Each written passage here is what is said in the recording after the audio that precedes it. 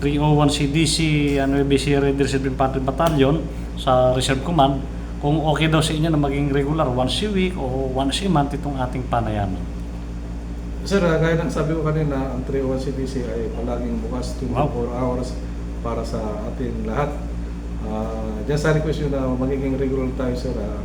Sige, sir, mas maganda kung may tayo, sir, magiging partner, sir, para sa gayon, sir, ay may mga tagapagbalita o pagsabi ng kung ano ang reservist, ano ang ginagawa, ano ang pwedeng gawin ng isang reservist dito sa Nueva Ecija.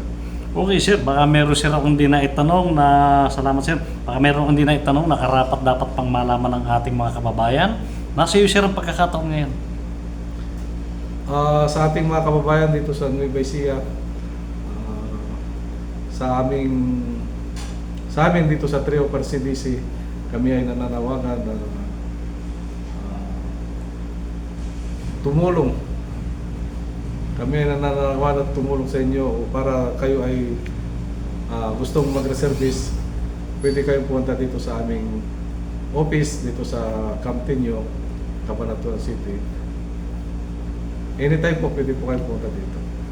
Okay, maraming salamat. Inyo po nga napanood at napakinggan mga kaibigan ng ating pinagmamalaking kaibigan, napakahusay na direktor ng Nueva Ecija 304 CDC 3RCDG Rescom Philippine Army, Lieutenant Colonel Luther B. Resuello. Sir, maraming salamat. Mabuhay ka, sir. Thank you, sir. Thank you.